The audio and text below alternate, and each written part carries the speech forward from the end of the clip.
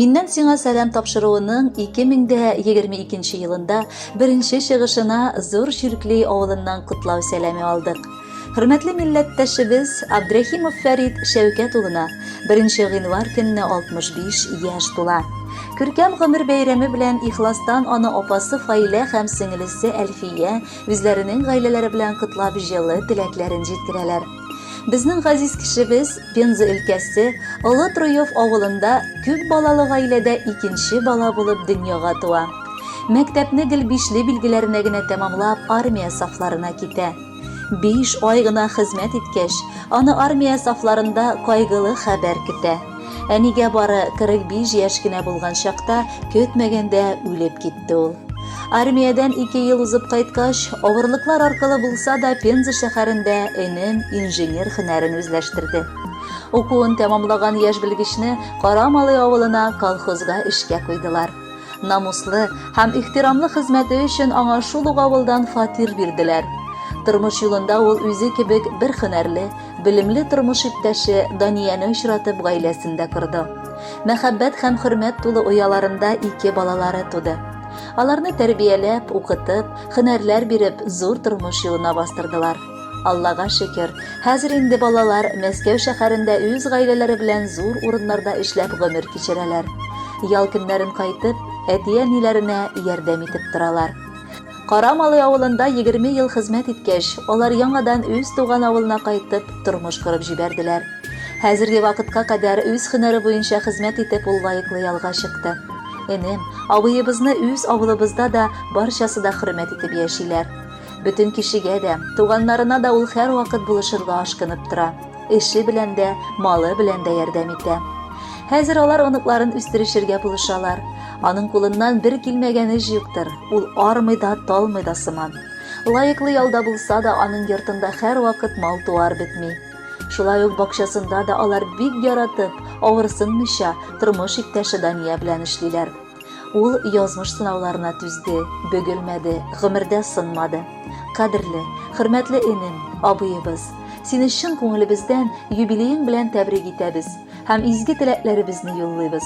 Сиңа шатлыклы, озын гомер, сәламәтлек, иман байлыгы, гаилә бәхете, тигез, мул тормыш, безне тагын озак еллар сөендереп, ярдәмләшеп яшәргә насыйп итсен.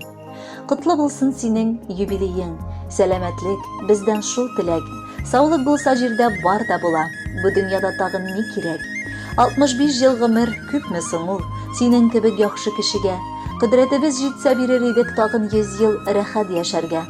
Ачык йөзең, җылы сүзең белән килгән чакта каршы аласың. Безнең туганлыкның җылылыгын бер Аллаһ Тәгалә үзе сакласын. Йөзеңдә гел нур балкып торсын, боекмасын һич тә күңелең. Без туганнар белән бергә рәхәт үтсен синең гомерең. Теләкләрнең кайсын теләсәк тә, аз булыр күк синең хөрмәткә. Аяз булсын һәр чак күңел күгең, без калабыз шушы теләктә. Хөрмәтле Фәрит Шәүкәтович, юбилей бәйрәмегез мөбарәк булсын. Алдагы музыкаль бүләкне дә кабул итеп алыгыз. Бәхетле булыгыз.